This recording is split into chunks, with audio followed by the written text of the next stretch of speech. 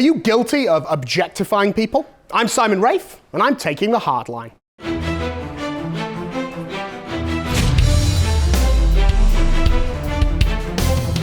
Welcome back to Hardline, the show some of you enjoy, but honestly, you're really not supposed to. I'm your host, Simon Rafe, and joining me later to discuss today's subject will be Ryan Souls, who is both one of the production crew here and filling in for Joe, who is sick right now. And later on, I'll be joined by Dr. William Mahoney, a gentleman and a scholar, for a gentleman's chat. But for now, are you guilty of objectifying people?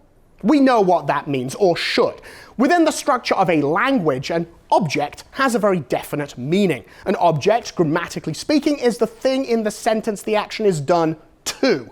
The subject of the sentence does the action, the verb describes what the action is, and the object is what the action is done to.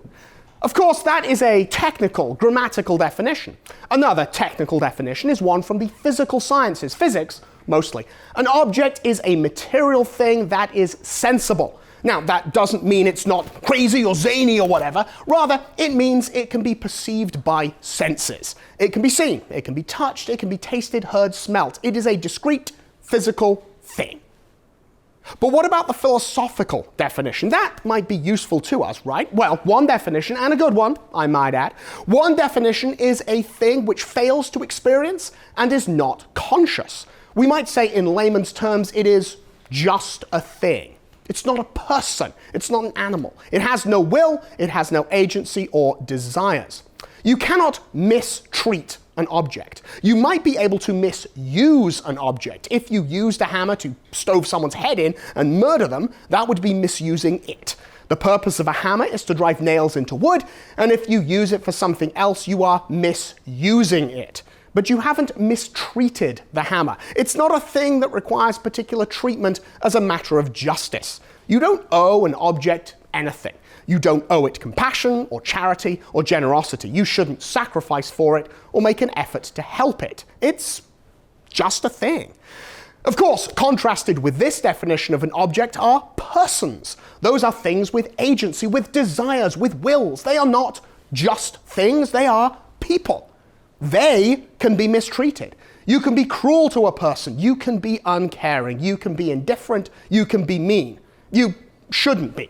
You shouldn't be any of those things. That is not the hard line. If that is what you need to hear, then you've heard it, and you should probably stop the video and go away and think about how you are behaving. I'm assuming no one here needs me to tell him he needs to not be cruel or uncaring or indifferent or mean to people. And of course, as an aside, it's not enough to not be cruel or indifferent or uncaring or mean. That is just avoiding vice, but it's not practicing virtue, which is necessary for salvation. Protestants say Catholics think we get into heaven by what we do, which is kind of true, but not in the way they mean it. Protestants say we think we get into heaven by what we do, but all too often we seem to act like we think we're going to get into heaven by what we don't do.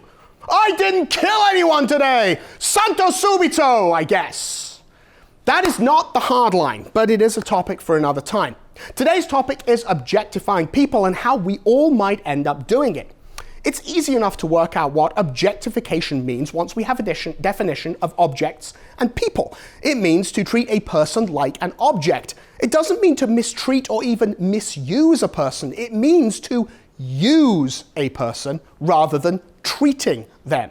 It means to use them as a means to an end, as something to achieve something we want to achieve, perhaps something good. It doesn't necessarily mean we are using them to achieve some evil. We might be achieving a wonderful good. Spoiler alert, we probably are. That's how we justify it. We use them in order to achieve something without reference to their will, their desires, their agency, their needs. And of course, because this is a religious show, a Catholic show, without reference to their salvation. Because of course, truly, that is the distinction between objects and people. People are capable of being saved, and they are capable of being damned, but we don't like to think about that, but we really should. People are capable of being saved or damned, and perhaps more importantly, they are capable of helping others be saved or be damned. And just as it's not enough to avoid vice alone, but it's also necessary to practice virtue, if you aren't helping others be saved, then you are helping yourself be damned. Even if that seems a little excessive to you, you certainly aren't helping them.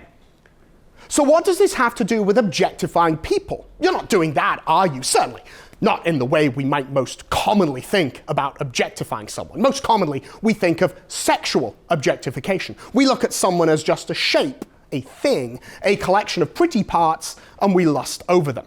We shouldn't do that. If you do, stop doing it, get to confession, do better going forward. That's not what I came here to tell you. You know that already.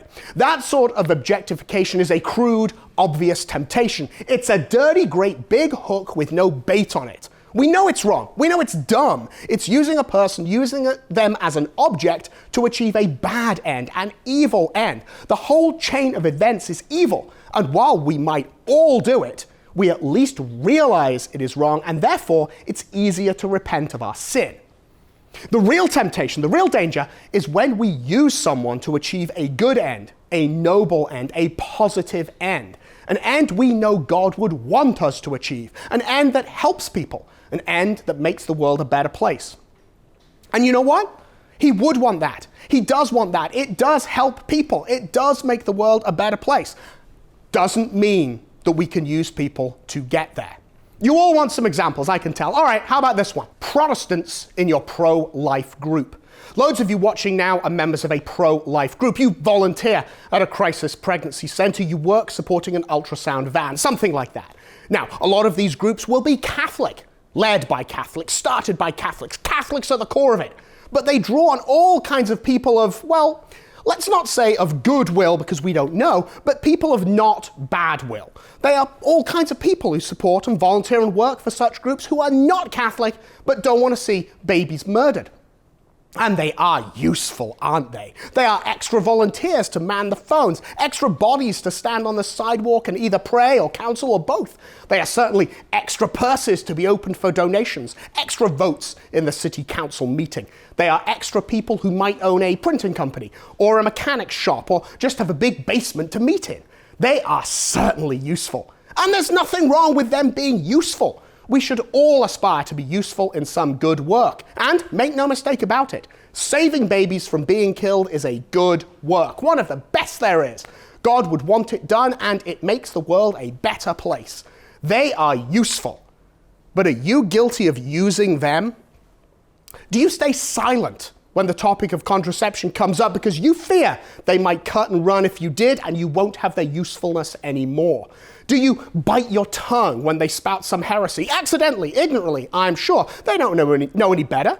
Do you bite your tongue when they are heretical because you fear they'll leave you in the lurch? Do you keep mum when they preach their own brand of Luther's folly to another volunteer because if you challenge them, they might storm off in a huff? How about the local Conservative hangout, the District Republican Party, the Tory Club, whatever your local gathering of small government, low taxes, anti-degeneracy people calls itself? When someone there, an atheist, a Protestant, a Muslim, a Jew, a fallen away Catholic, when someone there says something against the faith, something that shows they are headed in the wrong direction, what then? The school board, your family, work, any organization that brings disparate people of at least not bad will together to do something good. When someone shows they are aligned against the faith, what do you say? Or perhaps what do you not say? And why do you say it or why do you not say it? There might be reasons of prudence to stay silent. This isn't an order to leap into every conversation with an exhortation to the faith that would make St. Paul blush. Sometimes it's better to stay silent, although those times are rare. And of course, in every case, the approach needs to be tailored to the person and the situation. But if your reason to stay silent is because the person is useful in their ignorance to your laudable goal, and you are staying silent because you fear you won't have their utility anymore, then you have erred. You have placed the goal, good as it is, above the salvation of a human being, and not just any human being, but with one you have worked with, volunteered with, a person who has proven himself useful to you. He's not some rando you encountered on the street. He's not some implacable enemy. You're friends. You share a goal and you both recognize it as good. He is a person, And he is worthy of being treated like a person, not used like an object. And if you refuse to share the gospel with him, you refuse to correct his errors about Jesus Christ and the church, if you refuse to do these things because you fear you will no longer have his usefulness, then you have not only failed to treat him like a person, but you have used him like an object. You have objectified him. But worse than that, you have truly objectified yourself and reduced yourself to a thing useful only for achieving good, rather than a person worthy of being saved. Thank you for watching Hardline. If you're enjoying the show, please go to churchmilitant.com for the whole episode. You must be a premium member, so to sign up, go to churchmilitant.com/go premium.